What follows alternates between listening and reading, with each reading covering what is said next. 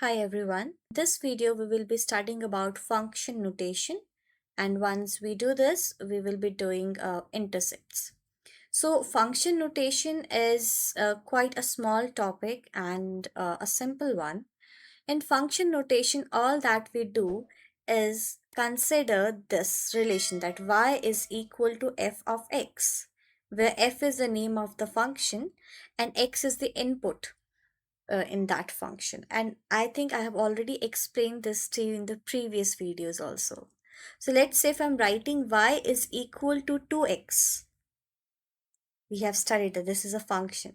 So now here, if I have to write it in the form of function notation, all I have to do here is just replace the y with f of x.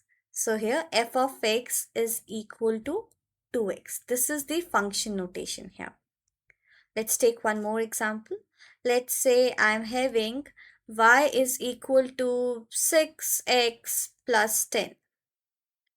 Now, if I have to write this in function notation, then again, as I have said before, just replace your y with f of x. So f of x is equal to 6x plus 10, right? So all we do here is just replace the output variable with a function, right? Now, again, remember that in general, we take x and y to be the input and output variable respectively, but it's not going to be the case every time. Like, let's say we can also have a function where input and output variables are not x and y. So let's say that I am writing a function here, p is equal to 2q minus 3.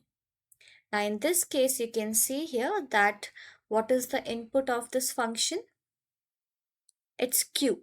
Okay, so that means if you have to write this function in function notation, what would you do? You will write as f of q is equal to 2q minus 3. Okay, remember that whatever you are having in the expression, whatever variable, like here is q, then here in the parenthesis also you have the q, the variable q. Okay, here if you are having x, then in the parenthesis you are having x. Here also you are having x here, right? That's why you are having x with f again. So remember, inside the parenthesis you always write the input of the given function. Okay, that's all in function notation. Now after that, in after doing function notation, we also came across another term, that is the function rule. Function rule is nothing but how the variables are related to each other. Okay, like here you can see y is equal to 6x plus 10. So this is the function rule here, because it's telling us that how y and x are related to each other. Here also this is our function rule, okay? Y is equal to 2x, and here p is equal to 2x minus 3. This is our function rule. So function rule is nothing but the equation of the function, right? That is helping us to identify that how the input and output variables are related to each other. That's all. Here you can see we are having a function.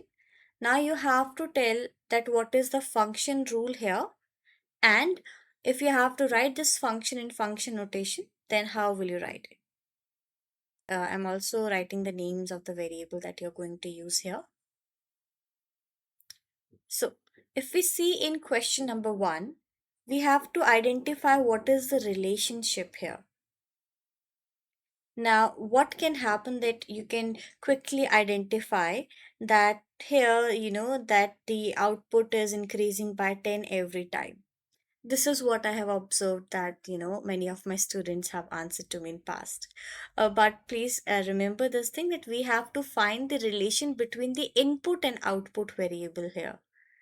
So we need to find that how 10 is related to 25, how 15 is related to 35, and so on. So if you carefully see here that how these are related, if I do 10 times 2 and then add 5 to it, I get 25. Similarly, if I do 15 times 2 and again add 5 to it, I will get 35. Similarly, 20 times 2 plus 5 is 45. So basically what we are doing here, that we are multiplying the input with 2 and adding 5 to the answer. So that means if I have to write the function rule, that would be y, that is our output, is related to the input with this relation. Y is equal to 2x plus 5. This is the function rule here. And if we have to write the same function rule, that is this equation, in function notation, all I need to do here is replace y with f of x, and I'll write it as f of x is equal to 2x plus 5. That's all. Now let's move on to the second example. Now here, be careful. Here your input is P and your output is Q. So you have to write the function rule in terms of P and Q. So this one is pretty simple. 1 is mapped to 2, 2 is mapped to 4, 3 is mapped to 6. So this one is quite simple here. Y is not y. Look, even I am doing a mistake. Not y. Here Q is equal to 2P. Can clearly see here, right? That Q is 2 times of the input P.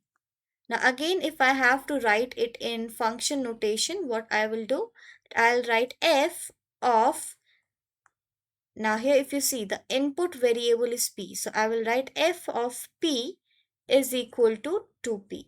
So all that we did is replace the output with f of P. Now let's see question number 3 here. So in question number 3, you have to identify the relationship between x and y. Now we have already done 2 questions, so if you can pause the video and try to figure it out yourself, then that would be great.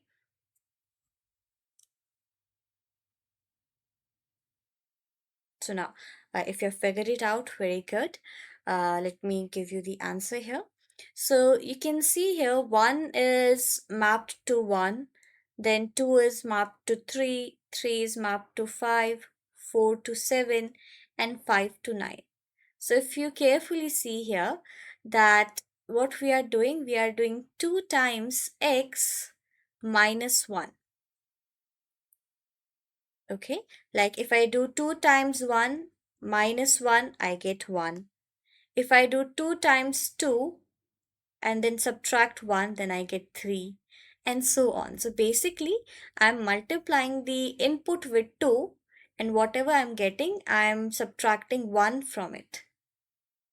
Okay, so this is your function rule here. So I can write y is equal to 2x minus 1, and if I have to write it in function notation, then it would be f of x equals 2x minus 1.